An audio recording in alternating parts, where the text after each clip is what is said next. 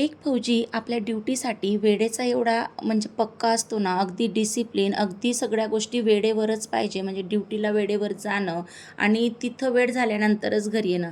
पण तीच गोष्ट जर बायकोसाठी असेल, तर बायकोला म्हणजे कुठे घेऊन जायचं असेल किंवा बायकोला वेळ द्यायचा असेल, तर त्याची काहीही गॅरंटी राहत नाही. तिथं फक्त कारणं दिली जातात. तर आज ना श्रावण महिन्याचा पहिला सोमवार होता. मला जायचं होतं मंदिरावर पूजेसाठी. तर मी फौजींना बोलली, की मला मंदिरावर घेऊन चला, मी पटकन आवरून ठेवते. तर इथं मुलं स्कूलला गेली होती म्हणून मी पटापट कामं आवरायला लागली. म्हटलं पटकन मंदिरावर जाऊन येऊया, कारण इकडे खूप जास्त गरमी आहे आणि मग दुपार झाली की मग जाऊ वाटत नाही आणि तशी पूजा 12 वाजेच्या पहिलेच करायची असते. म्हणून मी एवढ्या स्पीडमध्ये सगळी कामं आवरायला घेतली ना, पण आपण ज्या दिवशी जसं ठरवतो ना, त्या दिवशी जर आपल्यासोबत तसं नाही झालं, तर आपली चिडचिड अधिक वाढते आणि तसंच आज माझं झालं. तर सकाळी मी जी काही कामं होती ती सगळी आवरून घेतली. नंतर मग इथं मी आता थोडं तुळशीची पूजा वगैरे करून घेणार आहे. छोटीशी अशी रांगोळी वगैरे काढून घेते आहे. दिवा वगैरे काही लावला नाही, फक्त धूपबत्ती वगैरे लावली कारण वेळ झाला होता पूजेला त्यामुळे. तर पटकन मी इथं तुळशीची पूजा वगैरे करून घेतली आणि यांना कॉल केला की मला घ्यायला हे बोलले, "हो, मी येतो थोड्या वेळात घ्यायला." म्हटलं मग ठीक आहे, हे येत आहेत तोपर्यंत मी माझं पूजेचं जे पण काही साहित्य आहे ते देखील काढून घेईल आणि कपडे वगैरे मशीनला लावून दिली होती मी. त्यामुळे मग माझी ही कामं होत होती. तर मी इथं पटकन म्हणजे पूजा वगैरे आवरून घेतली. तर हे बघा किती छान असं प्रसन्न वातावरण वाटतंय.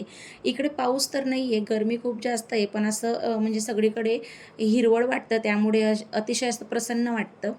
तर त्यानंतर हे बघा, हे काही अजून आले नव्हते म्हणून माझं जे काही पूजेचं सामान होतं ते सगळं मी हे एका बास्केटमध्ये ठेवून घेतलं. जे मला तिथं घेऊन जायचं होतं, ते केसं देखील धुतली होती, त्यामुळे ती पण म्हटलं तोपर्यंत वाळतील आणि डाळ शिजायला टाकून दिलेली होती.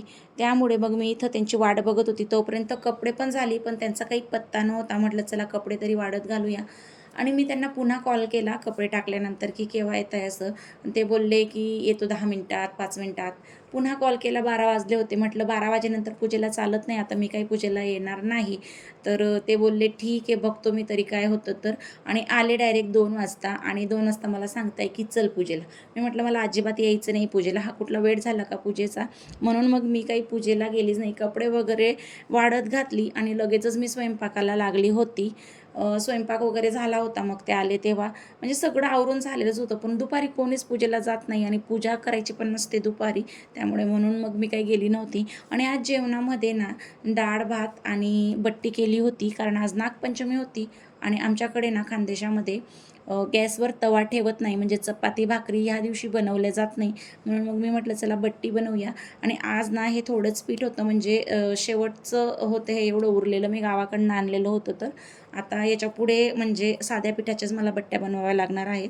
तर हे बघा, इथं वरणबट्टीचा छान असा इथं ताट रेडी झालेला आहे आणि असं आजचं हे साधं सिंपल जेवण मी बनवलं होतं. आणि त्यानंतर मग डायरेक्ट सायंकाळी 6:45 वाजता मी इकडे पूजेला आली. त्यांना म्हटलं मला सायंकाळी घेऊन चला, तर तेव्हा ते हो बोलले होते. म्हणून मग इकडे आम्ही संध्याकाळी आलो पूजेसाठी. 1-2 बायका होत्या पूजेला आलेल्या.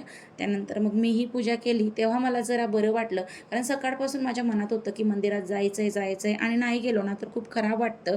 पण फायनली मी इकडे मंदिरावर आली. पूजा वगैरे छान झाली. सकाळी भरपूर गर्दी असते, पण संध्याकाळी कमी असते. म्हणून छान पूजा झाली आणि मला तेव्हा मनाला समाधान वाटलं.